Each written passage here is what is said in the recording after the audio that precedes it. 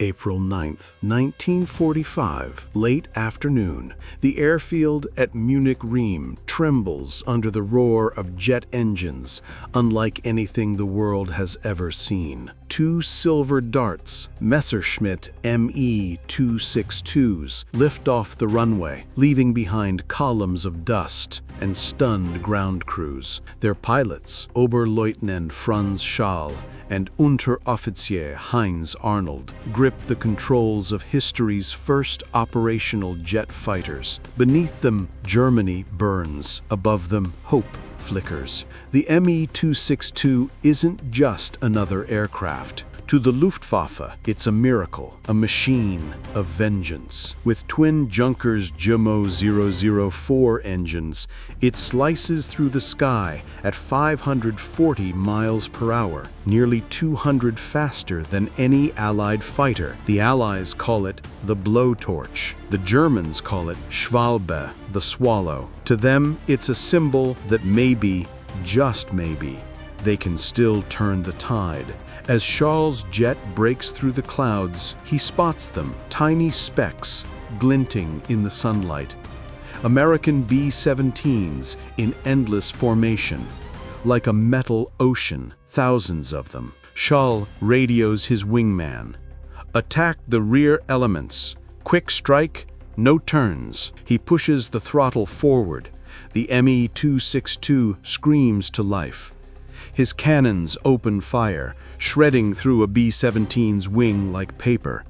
Flames trail behind the bomber as it falls away. For a heartbeat, Schall feels invincible.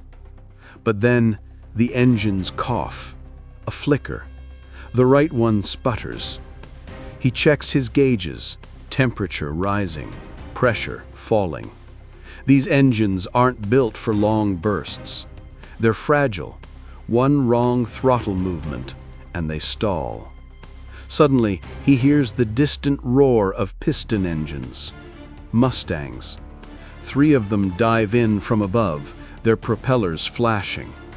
They shouldn't even be close enough to catch him, but the Me-262, still accelerating from its sluggish climb, is slow to respond. He's a sitting target for a few eternal seconds. "Brake! Brake!" his wingman shouts. Schall yanks the stick. Tracers whip past his canopy, white lines of death. His right engine flames out. The Me-262 tumbles, then stabilizes, barely. He dives for the deck, heart pounding, teeth clenched. The Mustangs stay on him, relentless. In that moment, one thought pierces through the static. If this is Germany's miracle weapon, then why does he feel so powerless? War is a cruel teacher. It teaches us to put faith in miracles instead of men. The Me-262 skims low over the Bavarian countryside, engines howling unevenly. Fields and smoke-stained villages blur beneath the canopy as Franz Schall fights to keep his crippled jet in the air. One engine is dead. The other coughs like a dying beast. The sky above him, once the realm of Luftwaffe dominance, now belongs to the enemy. Behind him, the 3 Mustangs are still there, predatory, patient. Their silver wings gleam in the sunlight. The irony cuts deep. The propeller-driven fighters Germany once mocked now stalk its most advanced creation. Schall dives into a valley, hugging the terrain. The Me-262's speed advantage is meaningless down here. Every turn feels like a gamble. The Jumo 004 engines, notorious for lag and flameouts, can't handle quick throttle changes. One mistake and the jet will stall again, or worse, explode. Then, a miracle. The Mustangs overshoot one after another, losing visual contact as they climb to regain altitude. Schall levels out and eases the throttle, praying the remaining engine holds together long enough to reach rim. He makes it. Barely. The runway stretches ahead like salvation. He touches down hard, metal screeching, brakes burning. Mechanics rush forward, shouting, waving him to cut the power. The jet rolls to a stop. The right engine is gone. The left is smoking. Schall opens the canopy and breathes in the scent of scorched kerosene and fear. Minutes later, Oberstleutnant Georg-Peter Eder, one of the Luftwaffe's top aces, strides across the tarmac. His face is grim. "Another engine failure?" he asks. Schall nods. "They said the Me-262 would change everything," Eder mutters. "But half of them don't even make it to altitude." All around them, mechanics struggle to keep the miracle fighters alive. Spare parts are scarce. The Allies bomb the factories producing the Jumo 004 engines almost daily. Every sortie costs more lives, more machines. And yet, in Berlin, propaganda reels still call the jet the weapon that will save the Reich. Posters show it tearing through Allied bombers with ease, a symbol of unstoppable German ingenuity. But at the front, the pilots know the truth. The Me-262 is fast? Yes. Deadly in bursts? Yes. But fragile, undersupplied, too few, too late. Each day, more comrades vanish from the roster, not killed in combat, but burned alive by their own engines. Schall looks to the hangar doors. Inside, mechanics strip another wrecked jet for parts. The sound of wrenches echoes like a dirge. He realizes something chilling. The Me-262 isn't a symbol of victory, it's a monument to desperation. And soon he'll be sent up again to chase an air war already lost. But far above, in the gray afternoon sky, Allied bombers are forming once more. And this time, they're bringing something the Germans can't outfly: sheer numbers. April 18th, 1945. The war is weeks from ending, though few on the ground dare to admit it. At the airbase near Lechfeld, the morning mist clings to the craters left by Allied bombers. The smell of fuel, oil, and burnt metal fills the air. Pilots gather in silence beside their Me-262s, machines that look like the future, but feel like ghosts of a dying empire. Franz Schall straps himself into his cockpit once more. He's flown over 100 sorties, survived the impossible, but his eyes are hollow now, and even the roar of the jet no longer stirs pride, only fatigue.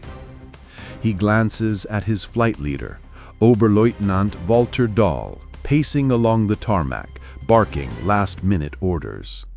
Their mission is madness: intercept an incoming wave of American B-24 Liberators, escorted by P-51 Mustangs.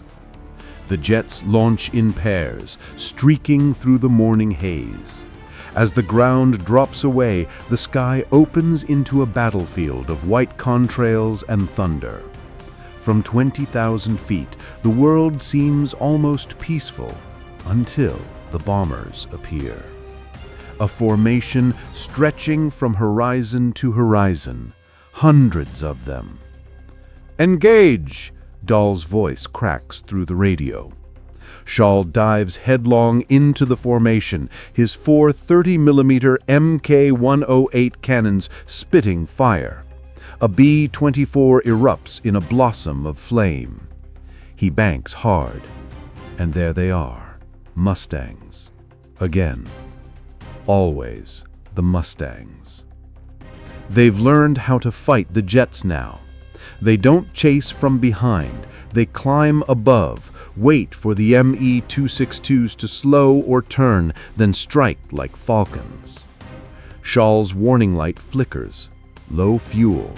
He's barely been in the air 10 minutes. The Me-262 burns through its tanks faster than a man can breathe. He climbs, scanning the clouds for Dahl, for anyone.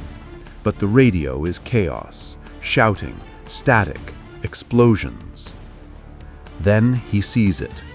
Below him, a jet spirals out of control, trailing smoke, one wing gone. It slams into the earth miles away, a black flower blooming where it lands. "Dahl, respond!" No answer. Another Mustang dives in behind him. Schall jerks the stick left, then right, but the Me-262's engines lag half a second behind each movement. That half second is an eternity. Tracers streak past his wingtip. He pulls into a steep climb, praying the engines hold. For a few moments, he's clear. The sky is silent again. But the silence isn't victory, it's emptiness. Half his squadron gone. The wonder weapon reduced to a handful of jets dodging hundreds of prop planes. He thinks of the briefings in Berlin, the confident voices promising the Me-262 would turn the tide, that the Allies would finally fear the Luftwaffe again. Now, high above Bavaria, he realizes the truth. The Allies don't fear the jet. They've adapted to it, outsmarted it, outproduced it. He's flying the most advanced aircraft on Earth, yet he's completely alone. A cold voice whispers through his thoughts, not from the radio, but from somewhere deeper. The jet won't save us. Nothing will. Below, the sky erupts with new explosions. Allied bombers are dropping another load on what's left of the airfields. Even if Schall survives, there may be nowhere left to land. He turns for home, the engines whining like dying wolves. As he descends, the smoke thickens. The runways are on fire. Ground crews wave frantically, signaling him toward a dirt strip at the edge of the base. He lands hard, skidding through debris. The cockpit rattles violently before the jet comes to rest. Outside, soldiers are already running, not to greet him, but to flee another wave of fighters strafing the field.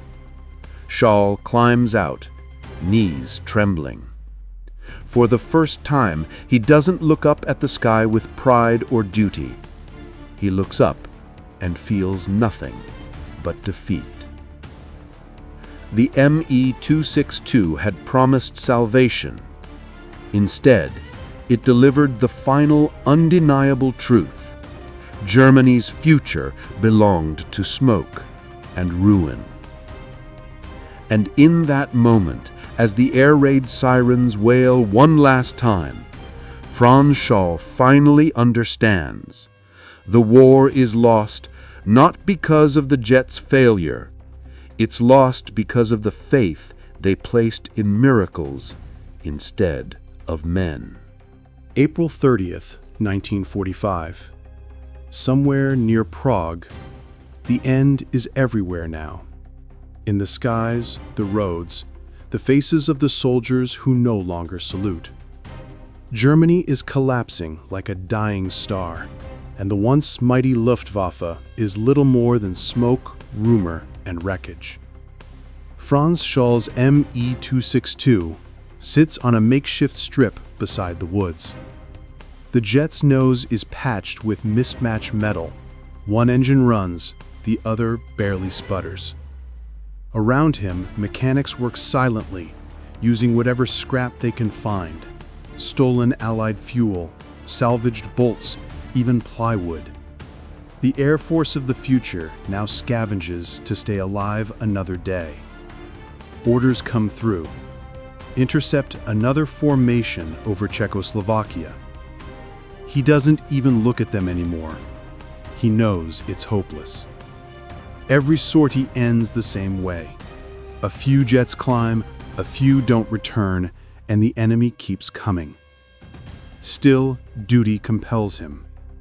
He climbs into the cockpit, flicks the switches, and listens as the turbines spool up with that haunting metallic whine. The sound that once filled him with awe now feels like a requiem. As the Me-262 lifts into the sky, he looks down at the forests below, refugees, smoke columns, the wreckage of war.